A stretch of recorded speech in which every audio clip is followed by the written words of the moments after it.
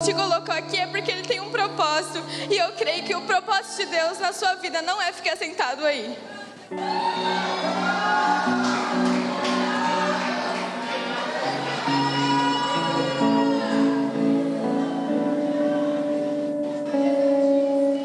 Rapaz, ficou fácil para mim demais pregar essa mensagem agora.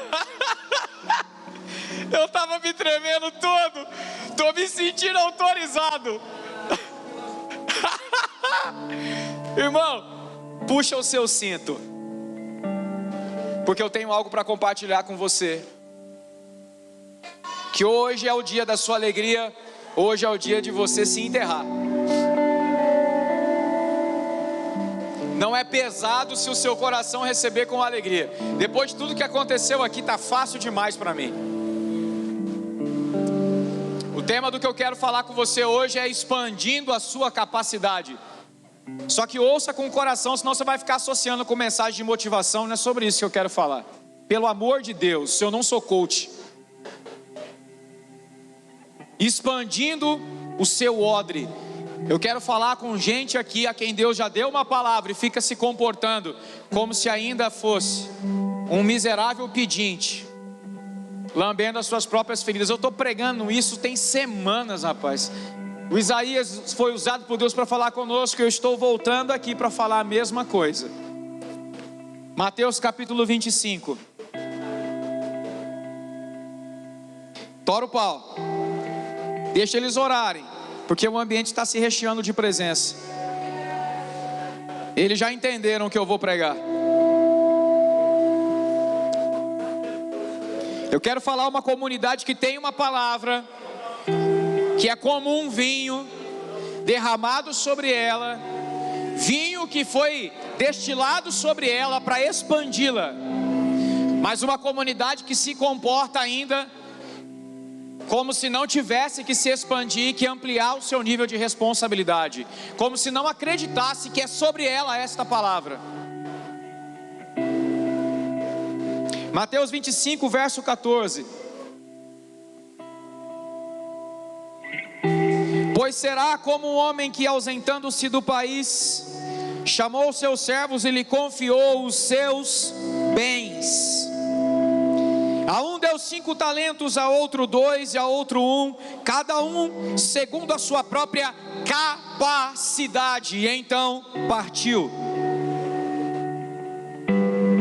O que receberam os 5 talentos saiu imediatamente a negociar. E ganhou outros 5. Do mesmo modo que recebera 2, ganhou outros 2. Esse também saiu imediatamente. Mas o que recebera 1, saindo, abriu uma cova e escondeu o dinheiro do seu senhor, e escondeu o talento do seu senhor. Depois de muito tempo voltou o senhor daqueles servos e ajustou contas com eles. Então, se aproximando do que recebera 5 talentos, entregou outros 5. Ele multiplicou, dizendo: Senhor, confiaste-me 5 talentos, eis aqui outros 5 que ganhei. Verso 21, disse-lhe o Senhor: muito bem, servo bom e fiel, foste fiel no pouco, sobre o muito te colocarei, entra no gozo do teu Senhor. E aproximando-se também o que recebera 2 talentos, disse: Senhor, 2 talentos me confiaste, aqui tem outros 2 que ganhei. Disse-lhe o Senhor: muito bem, servo bom e fiel, foste fiel no pouco, sobre o muito te colocarei, entra no gozo do teu Senhor. Chegando por fim o que recebera 1, disse: Senhor, sabendo que és homem severo, que ceifas onde não semeaste, e ajuntas onde não espalhaste, receoso, escondi na terra o teu talento, aqui tens o que é teu. Respondeu-lhe, porém, o Senhor: servo mau, negligente, sabias que ceifo onde não semeei, e ajunto onde não espalhei? Cumpria, portanto, que entregasses o meu dinheiro aos banqueiros, e se eu, ao voltar, assim, receberia com juros o que é meu. Tirai-lhe, pois, o talento e dai ao que tem 10. Tirai e dai ao que tem 10. Porque a todo o que tem se lhe dará, e terá em abundância, mas ao que não tem, até o que tem lhe será tirado. Irmãos, no turno da terça-feira esse texto veio ao meu coração e uma série de reflexões, uma série de conclusões e um temor muito grande por tudo que está acontecendo especificamente na minha vida. Eu estou apavorado com o nível de responsabilidade que eu estou tendo do início do ano para cá. Isso começou a me trazer medo, muito medo. E o medo comigo, ele tem um potencial paralisante. Por quê? Porque ao invés de eu desenvolver as minhas responsabilidades, Glaico, eu fico pensando no quanto eu tenho de compromisso e eu vou perdendo tempo pensando. E aí quando eu vejo, o tempo já está insuficiente e eu não fiz as coisas do jeito que deveria fazer. Ou seja, perco tempo me preocupando ao invés de assumir a minha responsabilidade. Na terça-feira em oração, o Espírito me trouxe esses pensamentos a partir desse texto e uma conclusão chegou ao meu coração. Conclusão que para mim já era óbvia, mas no domingo ficou ainda mais clara. Eu sou um medíocre de carteirinha, acostumado sempre a dar o básico, sempre fui elogiado pelo básico. O problema é que o elogio ao básico me cegou, porque aquilo que eu entregava parecia ótimo, mas era apenas bom. E quem é o padrão me olhava sempre dizendo: não é o suficiente. Quando eu conheci vocês em 2017, 2016 especificamente, convivi com vocês alguns meses e o meu bom ficou horrível. A vida de vocês me constrangeu. Eu descobri o quanto eu era medíocre, o quanto, eu era abaixo da média. Andar com vocês me fez perceber que eu precisava ser mais crente. Andar com Isaías me fez perceber que eu nunca fui pastor. E andar com a AP me fez perceber que eu não sabia nada. Resumo da ópera: eu não sabia mais se eu era pastor, não acreditava que eu era mestre, precisei descobrir tudo de novo. Numa jornada de resignação, cheguei para eles e falei: não quero pregar, não quero fazer mais nada. Você já ouviu dizer essa história para você? Porque era mais fácil fugir do que aprender a andar em um outro ritmo. O Espírito então me disse: é isso mesmo, mas é possível recuperar o tempo perdido, não na minha força, mas na força do Senhor. E desde então, o que eu tenho mais ouvido de Deus é aceleração. Eu tenho orado sobre isso na intercessão, falávamos muitas vezes sobre isso. É um sentimento do meu coração que acabou se transformando no sentimento das pessoas com as quais eu comungava alguma coisa. Pastor Agi, Rô e tudo mais. Todos nós tomados de algum tipo de medo diante das coisas que Deus ia colocando diante de nós, mas a gente foi criando coragem para fechar os olhos e confiando no Senhor encarar os desafios. Posso testemunhar aqui como foi para a pastora Gil o desafio de assumir a vocação pastoral dela. Ela sentiu medo. Nós a encorajamos e confiando não no potencial dela, mas na palavra do Senhor, ela disse: se Deus disse isso sobre mim, eu acredito. Lembra daquele dia, pastora? Veja, ela não confiou no que ela tinha de habilidade, ela confiou em um talento que Deus depositou sobre ela. Presta atenção, talento e habilidade não são a mesma coisa. Habilidade é o potencial que você possui. Talento é algo que Deus deposita dentro de você. E é sobre isso que eu quero falar. Porque na terça-feira o que o Senhor me falou é: como fazer um medíocre expandir? Não dando para ele alternativa. Ele precisa cumprir com as suas obrigações. Eu estou botando você num caminho sem volta. Se você parar de responder, gente vai ser afetada. Agora não é mais sobre você, porque antes, quando eu não fazia a tarefa da escola, eu tirava nota baixa. Agora, se eu não cumpro a minha tarefa, pessoas são comprometidas. Ele apertou o meu gato e disse: ou você responde, ou você as afeta. Agora você precisa esticar o seu odre.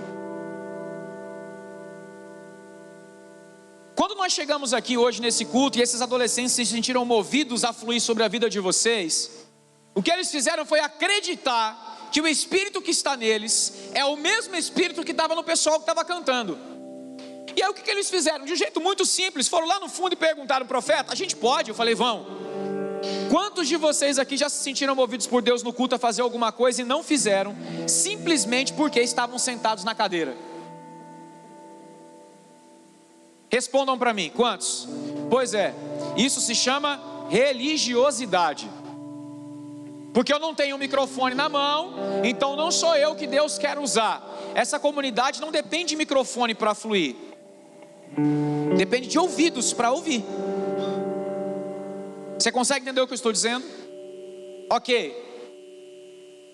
Debaixo desse entendimento, irmãos, eu compartilhei algumas coisas no sábado de manhã com a Larissa e com a Isa, que estava lá em casa, sobre o meu incômodo em relação a esse texto, porque uma chave de entendimento foi virada dentro de mim. Só que eu fiquei com muito medo de considerar que isso fosse uma aplicação equivocada. Então eu fui estudar o texto, fazer uma interpretação e uma exegese, como eu ensinei aos meus alunos. E aí é que está o problema. O que eu achei do texto é exatamente o que o texto sugere. Jesus aqui, irmãos, está tendo uma conversa tete a tete com os discípulos. Presta atenção em mim, eu quero que você se concentre, porque se você se perder, você não vai entender o que eu quero te dizer.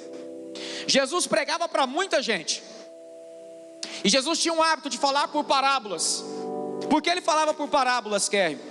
Para que aqueles que estavam se aproximando com o coração aberto entendessem, e para aqueles que haviam fechado o coração para o que ele ouvia, para o que ele falava, não entendessem. Então Jesus falava em parábolas para confundir os que se achavam sábios e para acessar o coração dos que eram humildes. Vocês entendem isso? Falar por parábolas era o cumprimento de uma profecia sobre Jesus. O Messias profeticamente foi anunciado como alguém que falava por parábolas, ou falaria por parábolas. Jesus falava por parábolas.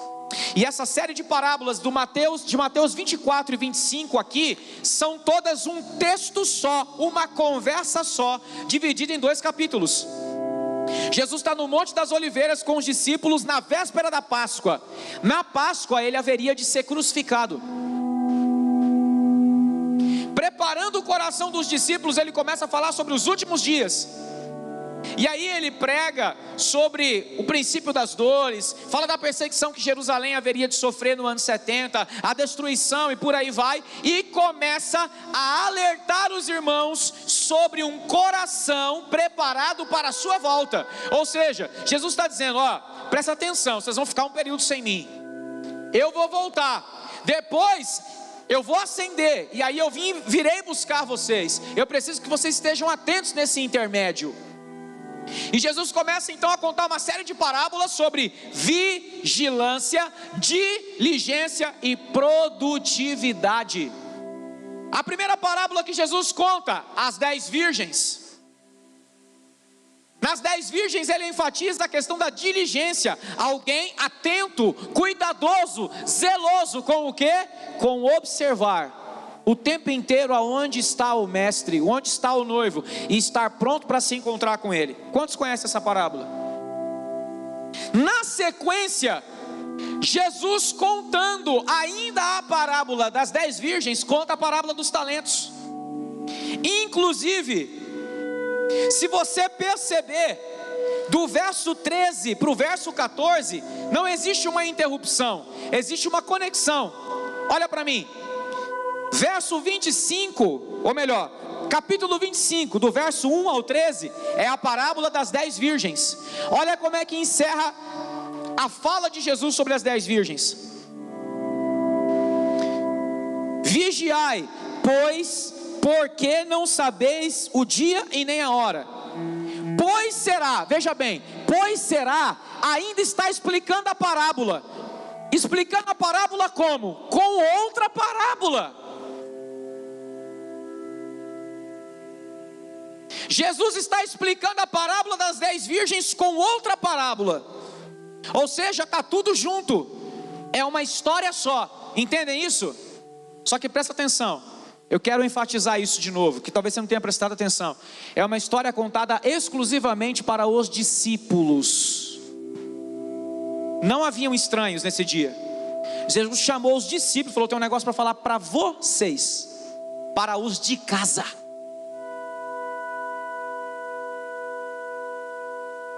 Então a primeira coisa que eu quero que você entenda, essa parábola não está falando sobre gente que vai ir para o céu ou que vai para o inferno. Essas parábolas estão falando sobre pessoas que estarão ou não estarão aptas para um tempo específico, chamado vinda. E sobre gente que vai ou não vai produzir no intervalo entre a ausência dele e a sua volta. Vocês estão me entendendo, irmãos?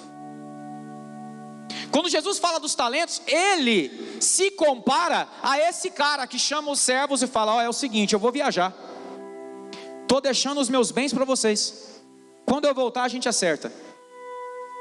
Jesus contou uma história típica das negociações do Oriente, irmão. No Oriente tinha dois jeitos de, na ausência de um senhor, as riquezas dele serem administradas. Primeiro jeito, o jeito que Jesus contou: dá aos escravos de confiança representatividade jurídica. É como se Jesus os tornasse procuradores oficiais para administrar o seu dinheiro. Ele dissesse assim: ó, agora esses caras aqui são como eu estou botando o meu tesouro na mão deles. Presta atenção, repita comigo: meu tesouro na mão deles. O tesouro era de quem? Nas mãos de quem? Isso é claro? O outro jeito, só para você saber, era basicamente pegar e entregar na mão de pessoas que faziam negociações comerciais, como que banqueiros, por isso que eles são citados com esse nome aqui. Os fenícios haviam inventado esse jeito de comercializar, troca, multiplicação, e os romanos haviam tornado isso oficial. Então naqueles dias, esse negócio de toma lá da cá, ganhar um jurinho era normal. Só que esse senhor escolheu ganhar no juro ou ganhar através dos seus escravos de confiança. Ou seja, o seu senhor chamou os escravos de confiança a participar do que ele estava produzindo, fazendo. Vocês estão me entendendo? Quando ele chama esses caras, ele confia talentos diferentes a pessoas distintas. E quando ele faz isso, ele nos traz ensinos. O primeiro desses ensinos: nós diferimos uns dos outros na quantidade de dons recebidos. Portanto, nós temos responsabilidades diferentes, porém, todos temos uma responsabilidade. Essa é a primeira coisa que Jesus está ensinando. Então presta atenção: se a parábola das 10 virgens falava de diligência, a parábola dos talentos fala de trabalho, responsa. Vocês estão me acompanhando? Está falando de alguém assumir o seu papel na construção do Senhor. E aí ele dá talentos diferentes para pessoas diferentes. Então a primeira coisa, as responsabilidades são diferentes e a quantidade de dons é distinta. O fato do outro ter e eu não ter não me torna menor. Eu preciso ser fiel àquilo que eu recebi. Então a primeira pergunta que eu faço para você é: o que você recebeu? Porque talvez você esteja se medindo por aquilo que outro recebeu. Não, você precisa descobrir o que você recebeu, porque você será responsabilizado por aquilo que você recebeu, não por aquilo que eu recebi. Para ficar mais claro, eu não posso me comportar como Kérrio, porque a medida que eu recebi nesse tempo é maior que a dele. Tem coisa que o Kérrio pode fazer que eu não posso fazer mais. Tem pai aqui se comportando como filho. Ei, tua medida é outra. Você precisa parar de dar trabalho na sua casa e assumir o seu papel. Você não é o filho do pastor Isaías, dengoso, mimado, que fica tendo crise e o tempo inteiro tem que ligar para a pastora Gi para resolver seu problema de casamento. Comporte-se como um homem maduro. Porque na maioria das vezes quem fica ligando para a pastora o tempo inteiro para resolver problemas são as pessoas que não ouvem os conselhos. Porque se elas ouvissem os conselhos dados antes, o número de problemas diminuiria. Elas assumiriam seus papéis. Não estou dizendo para você não botar sua vida na mesa. Seja maduro. Eu estou dizendo para você parar de gastar essa mesa com aquilo que é pífio. Se você recebeu um conselho, responda. E o pastor sabe o seu nível de maturidade. Às vezes ele diz para você o que você tem que fazer, não é porque ele é mandão, é porque você não tem consciência nem de pensar por si mesmo. Ele quer que você aprenda. O problema é que enquanto você questiona o que ele te orientou, você continua imaturo. Então responde, meu filho, e assume o seu papel. Vocês estão comigo? Ok. A segunda coisa que essa parábola está nos ensinando é que haverá acréscimo para o diligente e decréscimo para o negligente. Acréscimo para o diligente, para o zeloso, para o que responde imediatamente, e decréscimo, perda para o negligente, para o improdutivo. Irmãos, tem gente que carrega dom e que está enterrando o dom. Deixa eu te dizer uma coisa, você não vai ficar a vida inteira fazendo isso não, tá? Uma hora esse negócio atrofia. Profeta, os dons de Deus são irrevogáveis. Leia melhor o texto, você precisa talvez compreender um pouquinho melhor. Porque se a apostasia é uma realidade na Escritura, então como é que uma pessoa pode ser apóstata, ter tido um dom e permanecer com um dom a vida inteira e ter desviado de Jesus? Estou fazendo uma pergunta teológica para você. Sendo mais claro, você acha que Deus vai ser tolerante com uma pessoa que é resistente a Ele o resto da vida? Ou uma hora essa pessoa será disciplinada? Profeta, você está viajando, porque o texto está falando de um juízo no final. Ok, então eu quero convidar você para uma nova linha de raciocínio. Olha aqui para mim. Eu disse para você que Jesus estava conversando ao pé do ouvido com os discípulos. Aquela disciplina lá, cárcere interior onde há pranto e ranger de dentes, não é inferno não, tá? Está falando de uma disciplina sobre aquele cara que não desenvolveu. Porque por Jesus estar falando com discípulos, ele não está tratando de salvação ou perdição. Ele está tratando de produção ou improdutividade. E a chave para você entender isso é a dinâmica que Jesus coloca aqui. Presta atenção. No final ele diz: ao que tem mais se lhe dará, e ao que não tem até o que tem lhe será tirado. Pastor Isaías, tem como Deus acrescentar dom em alguém depois da consumação dos séculos? Alguém aqui vai ter dom espiritual na consumação dos séculos, irmãos? Na Nova Jerusalém alguém vai orar em línguas? 1 aos Coríntios capítulo 13, havendo profecia, cessarão, só vai ter amor. Sabe por quê? Não precisa mais de dom, foi gerada a obra por completo. Então se isso aqui é no juízo final, não tem sentido, pastora. A menos que isso não seja no juízo final. A menos que isso seja durante a jornada. Você conhece pessoas que começam desse tamanho, que parece que elas vão crescendo e a capacidade delas vai sendo dilatada? Ah, rapaz, esse cara é um Zé Ruela, o que esse cara está fazendo? Sabe o que isso se chama? Submissão ao vinho. Deus falou profeticamente com essa comunidade aqui que iria nos acelerar. E como figura falou sobre um vinho novo, sobre um odre novo.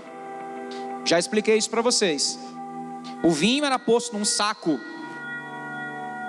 de couro, e à medida que ele ia fermentando, ele ia esticando o saco de couro, porque a fermentação produzia gás. Então perceba, o vinho definia o volume do odre. Então, quem é que influenciava quem? O odre influenciava o vinho ou o vinho influenciava o odre?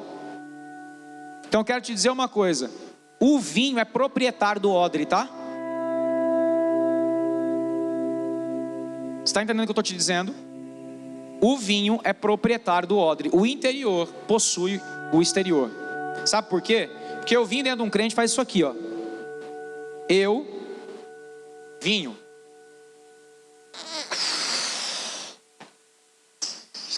Eu não sou mais igual. Dilatação.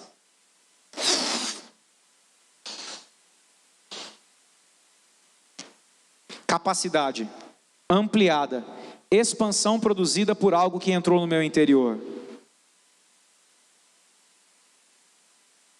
Isso aqui é o que acontece ao que tem. Porque ao que tem, mais se lhe dará.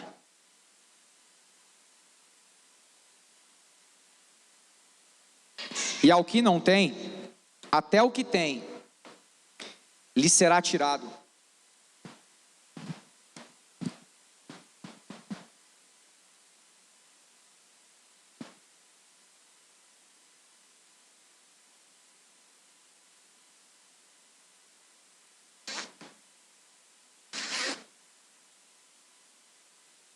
Você está querendo dizer que Deus vai tirar de mim para colocar no outro? Não.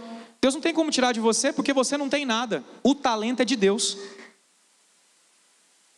A palavra talento aqui é a palavra grega que sugere a moeda utilizada naquela época. Portanto, o talento não fala de qualidade, fala de quantidade. Quantidade de quê? De dons, de revelação, de entendimento, de habilitação. Vocês estão me entendendo? Você fica estagnado aí com o que você recebeu, porque você acha que você é dono disso.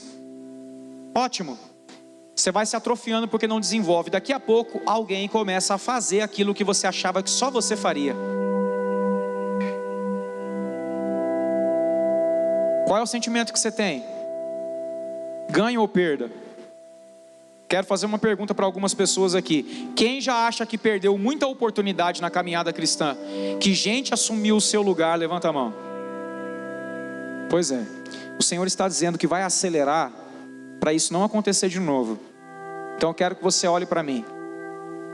A aceleração tem a ver com o que Deus vai fazer dentro de nós. Ampliar nossa capacidade de entender, transformar o nosso interior, expandir a nossa maneira de lidar com as coisas, para que nós nos tornemos aptos para receber as nossas incumbências.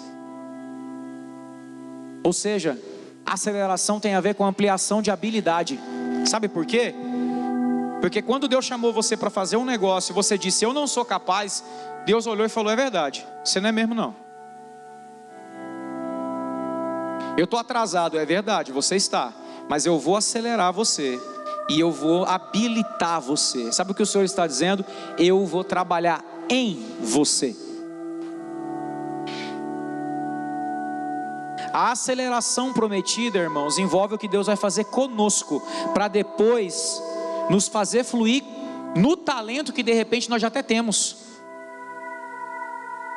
Por causa da palavra que Ele depositou em nós, Ele está nos expandindo para que nós fluamos adequadamente. Vocês estão me entendendo? De verdade? Então, presta atenção. Não existem mais desculpas. Mas eu tenho medo. Medo se chama não confiar em quem chamou você. Porque se Ele diz que Ele vai te habilitar, você não precisa ter medo. Mas eu não tenho tempo. Ele vai te ensinar a gerenciar. Eu não tenho mais idade, Ele te dá vigor. Eu não tenho força física e nem saúde, Ele pode te restaurar. Eu não tenho conhecimento, tem gente que pode te ensinar. Eu não tenho compreensão, tem gente que pode na mesa te dar a compreensão. Deus está removendo as nossas desculpas. Por quê? Porque ou nós assumimos a posição de trabalharmos efetivamente naquilo que Ele nos chamou a viver, ou nós estaremos contados entre aqueles que enterraram um talento. Por mais de uma vez eu já disse a vocês que nessa comunidade não existem inúteis. Mas como é que você vai se expandir, se nas coisas que Deus gerou para expandir você, você nunca está? Não está na oração, não participa do turno, não está no estudo, não senta na mesa, não se dispõe a estar na igreja nas casas. Isso não é prioridade na sua agenda.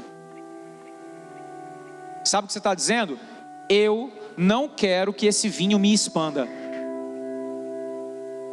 Eu não quero que esse vinho me estique. Eu não quero que esse vinho me molde.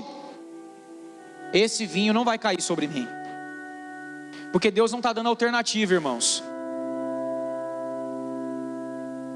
Sabe por quê? Porque o vinho possui poder de si mesmo, poder em si mesmo para expandir o odre. É a palavra profética que nós recebemos. A aplicação dessa parábola é: o capital que o dono deixou para os escravos só precisava ser gerenciado. Eles não precisavam de esforço, eles só precisavam de coragem para imediatamente se dispor, porque aquilo era bom o bastante para crescer sozinho. Vocês estão entendendo o que eu estou dizendo? A palavra que você carrega, ela tem vida própria, ela tem DNA de Deus, ela é talento, não é habilidade. Não depende do quanto você é bom, depende do fato de que ela vem de Deus. Você só precisa se submeter.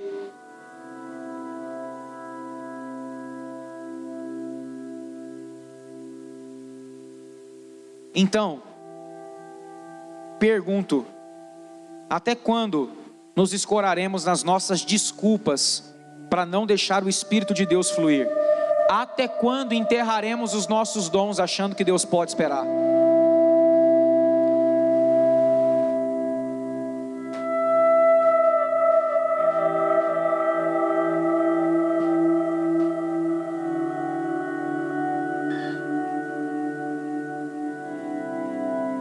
Sabe, irmãos, talvez você não concorde com o que eu estou falando, mas eu quero trazer a última aplicação dessa parábola, até porque o horário já está quase no máximo. Isso eu anotei aqui de forma bem grande para você guardar no seu coração. Quero ler para você. Deus não tenta colocar um lago dentro de um balde. O homem que tem uma capacidade maior de conhecimento tem um privilégio maior quanto a servir, uma responsabilidade mais pesada em ser fiel e com recompensa mais valiosa se for vencedor. Deus sabe da sua capacidade, e porque Ele sabe que você não dá conta, Ele prometeu que Ele vai te expandir. Você precisa parar de se escorar nas suas desculpas. Profeta, e se eu não quiser? Encerro mostrando para você uma dinâmica violenta dessa parábola. Presta atenção. O texto diz, não eu. Ele deu 5 para um, deu 2 para um, deu 1 para o outro. Ele distribuiu quantos talentos? 8. 8, certo? O primeiro dobrou 10. O segundo dobrou 4. 10 é mais ou menos que 4? É mais. Então veja, ele não falou para o que tinha 2, por que você não fez virar 10? Ele disse, servo bom e fiel. Porque a cada um Deus dá uma medida, mas a responsabilidade é andar nessa medida sendo fiel ao que Deus chamou. Vocês estão me entendendo? Falando sobre vocação, mestre é mestre, apóstolo é apóstolo, profeta é profeta, evangelista é evangelista. Todos serão? Não. Pastor é pastor, mas talvez você é alguém que vai apoiar o ministério pastoral com uma casa de paternidade. Não se cobre em ser o pastor Isaías e a pastora Gi, mas seja fiel como um pai. Se o seu chamado é abrir a sua casa para cuidar de pessoas, não fecha. Pelo amor de Deus. Se a sua medida é 2, faz virar 4. Gera gente que quer abrir casa. Eu não estou falando de reprodução fria. Estou dizendo de um espírito, uma essência que passa para dentro do outro. Vocês estão me entendendo, né, irmãos? Então faz uma conta básica comigo. 5 vezes 2, 10. 2 vezes 2, 4. O que era 7 virou 14. E o 1 foi enterrado, né? Esse senhor perdeu? Não. Sabe por que não? Aqui é a bomba. O diligente sempre vai suprir o que o improdutivo esconde.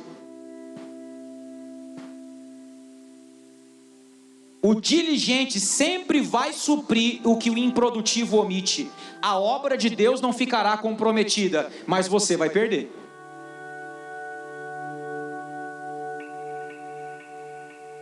É isso que eu quero que você entenda, irmão. O diligente sempre supre o que o improdutivo omite. Deus não perde, mas a gente perde.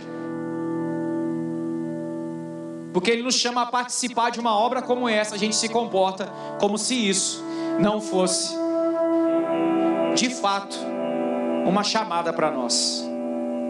Talvez você pense como o rapaz dessa parábola aqui. E parábolas não são interpretadas literalmente, mas eu quero abrir uma exceção. A visão que ele tinha do seu Senhor era mentirosa. Porque sabe qual era a visão que ele tinha do Senhor? Que o Senhor era mau e injusto. Vou te mostrar. Mal o texto já diz. Mas injusto, ele colhe onde não plantou e ajunta onde não espalhou. Sabe o que é isso? Ele cobra de quem não pode dar. O meu Senhor cobra de quem não pode dar. Então é melhor eu esconder, para Ele não cobrar de mim. Deus cobra de quem não pode, irmão? Não, é por isso que Ele habilita. Sabe qual é a frase célebre do meio evangélico? Deus não escolhe os... O que Ele faz? Então Ele torna essa máxima aí, torna essa frase desse cara mentirosa. Porque se Ele colhe onde não plantou e ajunta onde não Ele espalhou, Ele exige de quem não pode dar. Deus exige de quem não pode dar, irmãos? É por isso que Ele põe vinho dentro de você. Espírito Santo. Então não vem dizer para o Deus que te habilita que você não dá conta. Você não dá conta porque você não se submete. Não minta para você mesmo. Sabe por que você ainda não é uma pessoa de oração? Não é porque falta espírito em você, é porque falta dedicação a você. Sabe por que você ainda não é um leitor da Escritura? Não é porque falta Bíblia para você, e nem espírito para te fazer ler, e nem espírito para te dar fome. Falta obediência quando tem fome, porque quando tem fome você lê o Whats. Profeta, você está falando isso para brigar com a gente? Não, eu estou dizendo para vocês, essa palavra falou comigo primeiro. Eu comecei dizendo o quê? Que eu me examinei como um medíocre. Eu não quero ser isso, irmão. Chega! Até quando nós vamos nos escorar nas nossas desculpas? Ah, eu não leio muito a Bíblia. É? Tem 1 ano que você diz isso. Tem 4 anos que você diz isso. Quando é que você vai ler?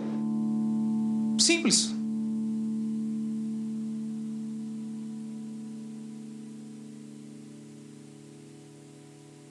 Vocês me entendem? Então, por hoje é só. Estamos sendo chamados a uma expansão de capacidade, irmãos. Gente que dava conta de fazer uma coisa só vai começar a fazer 4. Você é específico. Você era o tipo de pessoa que não conseguia estudar e trabalhar. Você vai fazer os 2. Porque você precisa gerar recursos para a obra e precisa aprender. E ainda vai fazer isso participando de turno, de programação, sem atrapalhar nada. Sabe por quê? Porque o Senhor vai expandir sua capacidade. Ah, eu tenho que escolher entre fazer faculdade e orar. Não, você vai fazer faculdade e vai ser crente na faculdade. Porque ficar tratando você como um menino... Ou você come chocolate ou você come frango. Não, é hora de comer frango. Chocolate é depois.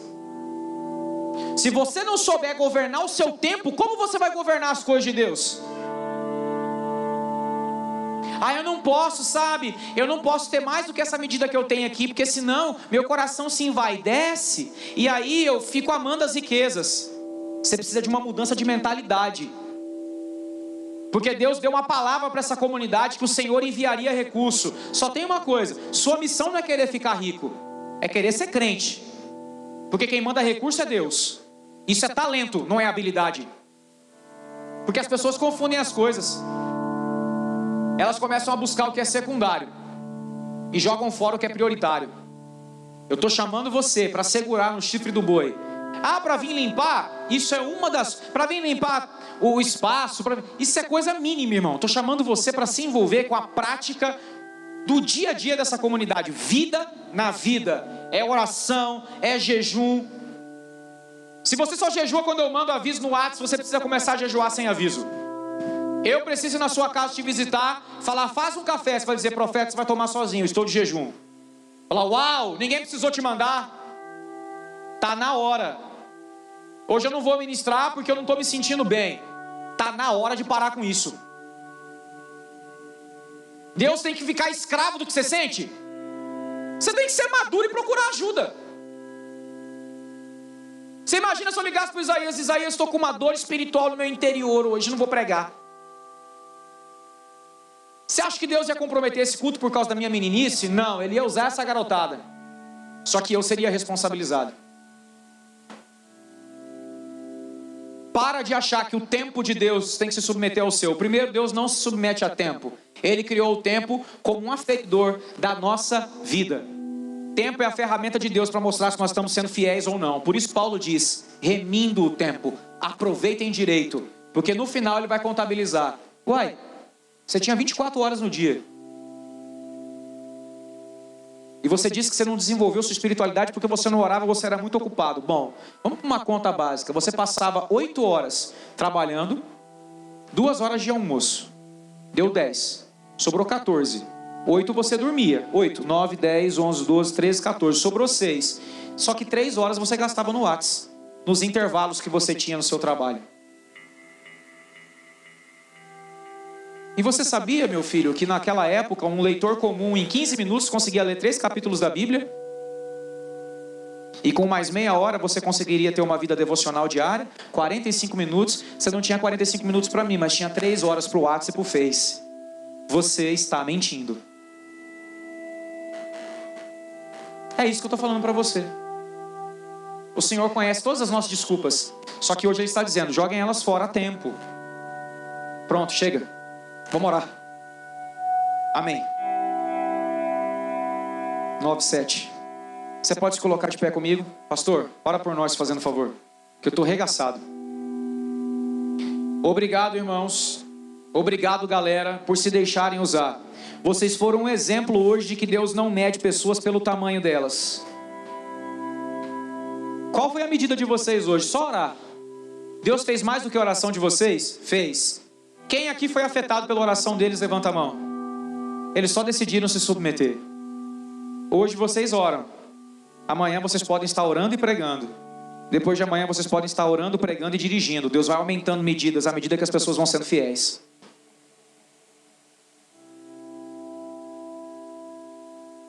Viu, Thaís? Quando a gente é fiel a entregar uma palavra, Deus pode nos entregar outras palavras. Quando a gente é fiel dançando, o Espírito pode nos dar uma palavra enquanto a gente dança. Mas se a gente não é fiel dançando, Deus não vai dar palavra pra gente. Se eu sou fiel com o meu grupo caseiro, lá com os meus adolescentes na pegada da oração, o Espírito pode me acrescentando coisas. Se eu não sou fiel nas coisas que são iniciais, eu não terei acréscimos. Eu terei perdas. Expanda o seu odre.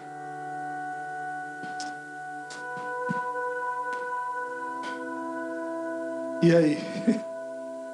Tá tudo bem com você? Eu queria dizer rapidinho para você algo que eu pensei, que é muito comum num confronto como esse, profeta, que o Senhor nos submeteu hoje. A gente se fazer de desentendido e começar a dizer assim: ai, mas nossa, o que será que Deus tem para mim?